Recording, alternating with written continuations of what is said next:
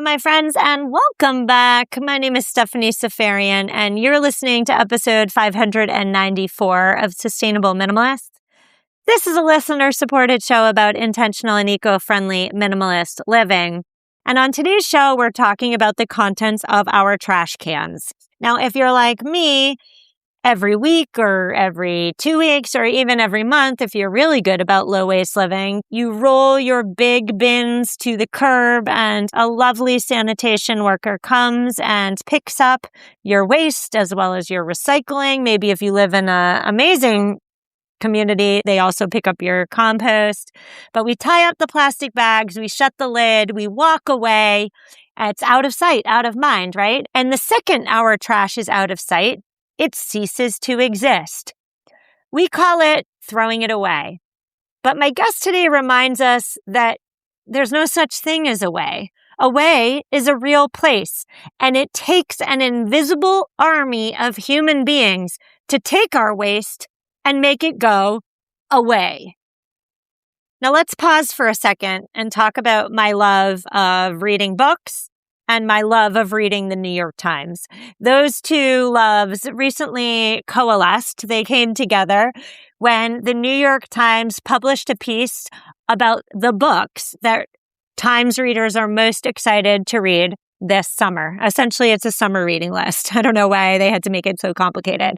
But on this summer reading list was a new book titled Trash, A Garbage Man's Story. And oh my goodness, can you believe it? It's like my worlds, my podcast world, my reading world, they came together in this book called Trash.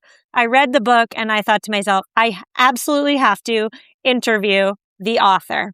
So today I'm interviewing French-Canadian sanitation worker and author of the brand new and amazing book titled Trash, A Garbage Man's Story. His name is Simon Paré-Poupart, and I apologize if my French is horrible. It likely is. On today's show, we're talking about the myth of recycling. We're talking about what he picked up this morning on his route. We're talking about what our waste says about us in 2026 in the quote-unquote first world.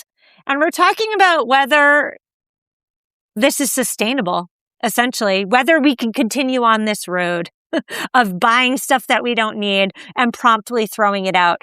Here's a hint. The answer is, of course not. We cannot stay on this trajectory. Now, before you take a listen today, I want to mention that English is Simon's second language. And I'll also say, too, this is one of my most favorite interviews I've had in a long time. So I hope you enjoy it as much as I do.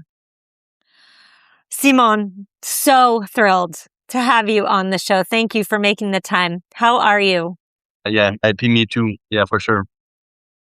You have a very interesting perspective to share about waste and about wastefulness. I want to know about your perspective as, again, a sanitation worker. But first, I want to know, what do we not know about garbage and sanitation on the macro level, on the bigger level? I would say here in America, I live outside of Boston, we tend to take sanitation workers for granted. They show up, they pick up our junk, they take it away, and then it's out of sight, out of mind for most of us. But what would our world look like if it weren't for you and your colleagues? Yeah, and there was a time not long ago that people were taking care of their trash by themselves. What we call in the United States ragmen. Ragmen did collect. In Quebec, the term is guenilloux. In France, it is chiffonnier. There was a lot of people that were collecting trash long ago before garbage men.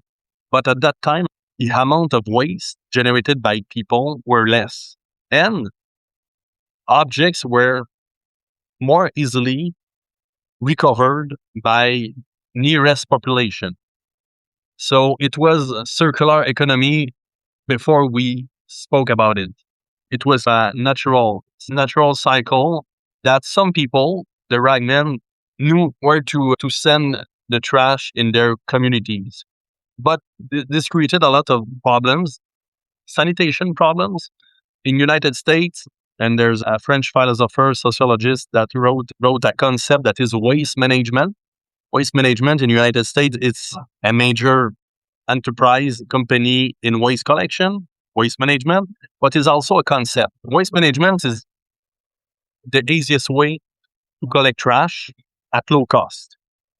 But it is what waste company gave in the 60s, 70s, 90s, when there was a lot of growth in the United States and Canada. They gave that waste management system so we can continue buying without consequences. And these consequences are the dump, the incinerators. In a certain moment in his history, New York had ships that were carrying trash outside the city, outside the highland. There was always this, by the waste management, the company to to put trash far away from people that produces them. That created what I call a disconnection with what we put in our trash, in trash, in our bins, in our cans, and part of that created too a kind of unconsciousness about the behavior of throwing away, putting trash on the street, because it is so simple that it created disconnection. Is this unconsciousness. I would like to say that if you put trash in a bin, in a can, in a bag, you will have the obligation to visit a dump site. If you put things in a recyclable bin, you will have the obligation to visit a tree center. It's important to reappropriate ourselves our trash. What ragmen did, they were used to live with trash. And as a G-man, because we collect trash, this kind of disconnection is impossible, because collecting so much trash. This morning, I did collect 45 tons of trash in Montreal, Saint-Michel, north of Montreal. So it's impossible to create a distance that most of the population has because of the waste management. I hope, Stephanie, I'm clear enough. I'm not an English speaker, so if it's not clear, don't bother asking me to repeat or, yeah. No, it's perfect. I understand you perfectly. I understand what you're saying about how the establishment of waste management created an unconsciousness in those of us who aren't you, those of us who, don't pick up tons of trash on sidewalks and driveways. Yes. And at the era of ragman, there was no bin. People can see their trash more easily than now. Waste management has created a lot of different kind of bins, so the trash disappeared. Yeah, I think the big point you're making here is that the existence of waste management and their blue bins or whatever color you have in Montreal that doesn't show trash, the mere existence of the system in general makes us consume more. Yes. Would you agree with that? Because we don't have to deal Yes. with the consequences of our consumption. Yes, Is that right? yes, for sure. There's a book that was written by Susan Stracer, Waste and Want, and for sure these two are connected. If it was impossible to throw away, you will be so jammed with your own stuff that it will be impossible to buy new things. And it's why it's easy to throw away. Because I remember George W. Bush, when the two towers were attacked, he said, Americans, go shop the fastest you can to be happy. He said something like that. It's because in our society, growth is so important that attacking consumption is at risk of a certain degrowth. And what I want to share on my point of view is if you touch the easiness of throwing away by waste management, you will touch to consumption. And it's why waste management did so well in the United States and in Canada. Because what I like to say is these bins are not transparent. It's not for nothing. Our trash bin are black. So when you put something in it, the thing will disappear. Like the company that is called 180 Got Junk that do a lot of publicity about disappearing things, but that's false. But it's the same mindset of waste management. People want that the thing disappears because they knew that when there's so much things in our house, we're uncomfortable. Putting things away, it's like a relief. And waste management catch that. Yeah. Yeah. It's like if we were aware of where our stuff goes, what happens to it, the environmental effects associated with trashing all this stuff, we'd likely do differently. We'd likely purchase less. But the powers that be don't want us to purchase less because then our economic engine's slow. Enter waste management, which acts like a magical disappearing, show. And so you're on the front lines. Like, you don't have the unconsciousness that so many of the rest of us have. And so I have to ask you, I can't talk to you and not ask you, what have you learned in your 2+ decades as a sanitation worker about our consumption habits? And I say our collectively, as in the modern man or woman. I think that trash tells everything about society. History, archaeology is made of trash of the past person before us. Trash for me is these little pieces we left because we don't take enough care of our goods, our stuff. Like the pandemic shows us, I think, what I see when I collect trash is so much packaging that is thrown away and not correctly.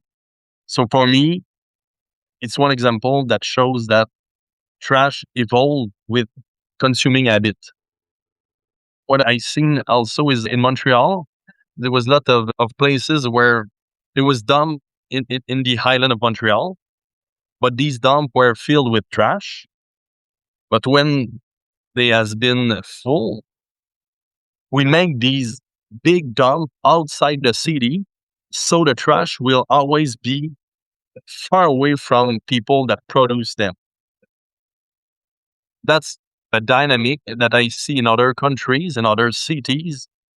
Like I said before, it doesn't help us to connect with our trash and the production of trash that we did.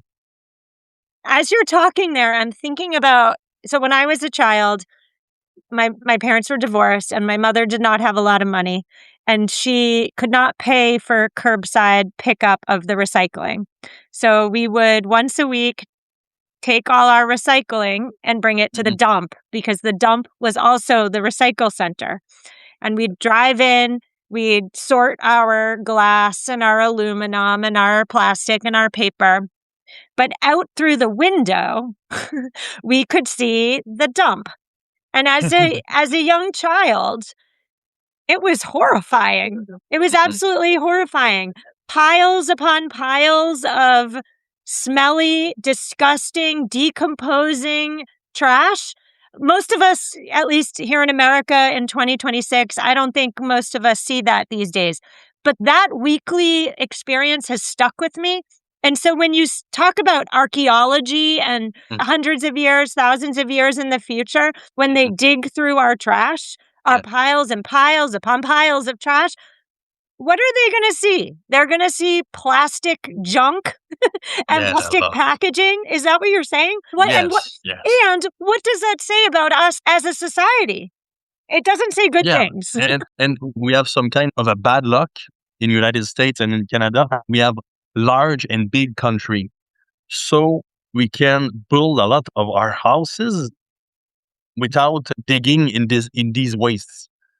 Because in Europe, in France, they begin to map all these little dumps, because when they will build a house, they will find trash of people before them.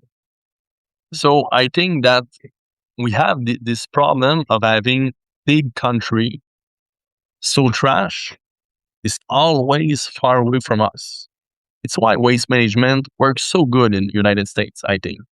And it's why, like Florida, when China refused to collect all the recyclable that they did in 2017, 2018, Florida stopped collecting recyclable.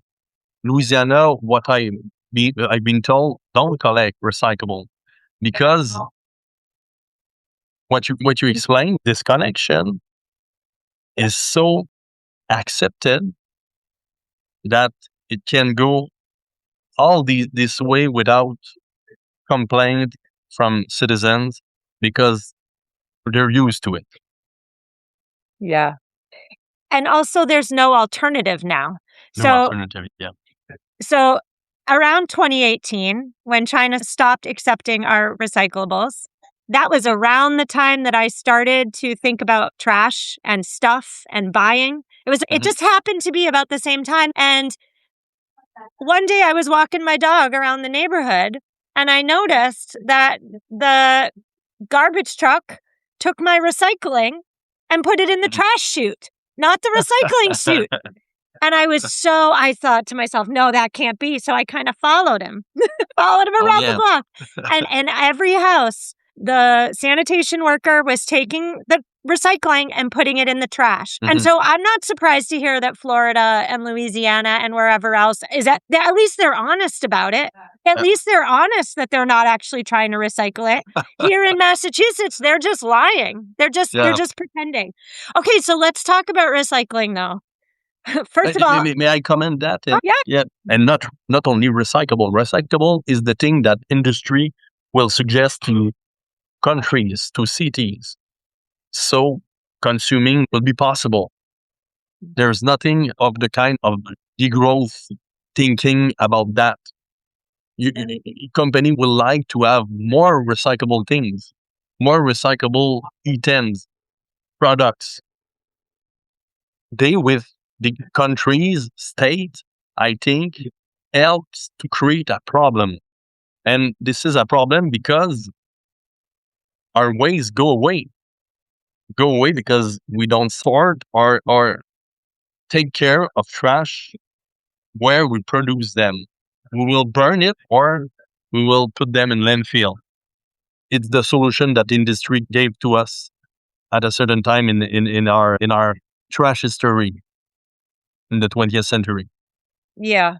Recycling was definitely marketed to people who had a moral compass, who cared, as the solution, right? Like, oh, don't worry, we're taking care of all this plastic for you or all this stuff. We're making it into something new. But my listeners know that it's a very tiny percentage of all this plastic, glass, aluminum that's actually becoming new stuff. So I think in your book, you say that recycling may give us a burst of moral satisfaction, but ultimately that moral satisfaction is just fuel to consume more and more. Can you speak on that? Because first of all, I 100% agree. And I think we need to stop talking about recycling as a solution and start talking about it as just more greenwashing. Another tool in the toolbox to get us to keep buying stuff. Yeah, for sure. We try to recyclable plastic. Plastic worth nothing. It's cost less because we consume a lot of petrol. It costs less to produce new plastic than recyclable new one. So in Quebec, we have what we call the 3 R's. 3 R's are, the first one is reduce or refuse. The second one is repair, share, but in French, the word fit with a R. Share, repair, and reuse. And the last one, the worst one, is recyclable. And all our money, a great part of money in Quebec, and I think it's the same in the United States, a lot of countries will go to recyclable, what the industry is used to and recommend. So I think that all the money of citizen by taxes has to go to the first R's. We can use money to implement new changes about the first R. We can do a publicity campaign against Amazon. So it will grow the first R. We will put some of our monies by taxes in this first R to implement, to participate of a change of behaviors, of change of mentality that is not part of what I call the waste management. And it will create jobs from a lot of people in informatic, in publicity, that will create this kind of new campaign that will, I think, make sense for a lot of people that are stuck with Amazon. There's no, like you said, no alternative, easy alternative. If in a certain community, we start throwing away stuff and we take all these things, ensure that among people of this same community, maybe we will need less Amazon because we will share and we will create solidarity with trash. That seem, I think, utopian ideas. But for myself, each day that I finish working, I see a lot of stuff that can have been shared if it will be harder to throw away stuff. Yeah. Okay, I have a big question for you. I have 2 questions left, maybe 3. 3 questions. This one's the big one, all right? You're talking about reducing, repairing, sharing, reusing. We also talk about it here in the United States. Whether we're doing it is a whole nother thing. But the R's are the tenets of a circular economy. And Yes. yet a circular economy is a direct threat to America's way of life. So is a circular economy even possible without a gigantic upending of our current pursuits, our way of life, our reverence of the gross domestic product and economic growth as our singular metric of health? Take it away. Yeah, I think what will be possible is to create job and growth in certain part of the economy that we have left. Repair objects, these kind of job has been destroyed. Yeah. So I think that we can create, like I said, people that will create a collection center of stuff that will create job of people that will collect not trash, but all these things that people want to share to community. So all these jobs for now is in the trash industry. And if we do less trash, we will need, I think, more people to sort them correctly and redistribute among the community. So it will create job too, I think, but new kind of job. I mean, today in a bag, I had, I think, 30 iPhones in a bag. 30. I don't have time to count each of them, but these iPhones can bring a kind of a new economy. There's a stress on resources, and we put these resources in landfill. This doesn't make sense. And now actually people are thinking about opening some landfills to find gold, copper. So it's absurd. So I think we can attack dependency of other countries' resources by taking care of what we bring in our country. And that will please far left, far right to end in what I call a reconstruction of an economy by adding new jobs that are job of the past. There's a lot of people that used to like to repair things. I think that because there was in our thinking in the 60s, 70s, and 90s, there was old jobs. We what's the word in English? Say it in French. Say it in French and I'll maybe. C'est dévalorisé. No, I don't know it. We yeah, we dislike them. Dislike them at a certain point, and these kind of people, I think, that maybe find themselves dislike, so they was not recognized among their society. So I think that we can have some kind of a project that can bring together a lot of people with these two first R's. Yeah. And that second-hand industry will be the first. And like Amazon will be second. Okay, but I have some things to say. Number one, you picked up a bag with 30 iPhones in it destined for the landfill. That is today you did that. Today, yeah, for sure. I have it in my car. That makes me so angry. First of all, not only is that ridiculously wasteful, but that's ridiculously environmentally unsound. Like electronic waste is absolutely horrible for the planet. And you made the point. There's copper, there's rare earth minerals that could be extracted from these phones. And yet we're just tossing them. Number one, what does that say about humanity in 2026? We'll just leave that there. We can all think about it. But number two, you mentioned the repair option, like bringing back repairers, tinkerers. You make the point aptly that we need to go back to a place. Like we passed the sweet spot in terms of modernity, and in pursuit of modernity and like new and sleek and shiny, we've left behind a way of life that was actually way more sustainable than we are today. Yes. And so thank you for mentioning that. But I want to ask you one question, like totally different from this conversation. What is the one thing about your job that you like the most? It's really paradoxical because G-Men, and for that I cited a sociologist that is called Zygmunt Bauman, German one. And Zygmunt, when he wrote about G-Men, garbage men, he said that G-Men is a symptom of a big problem. The problem is modernity.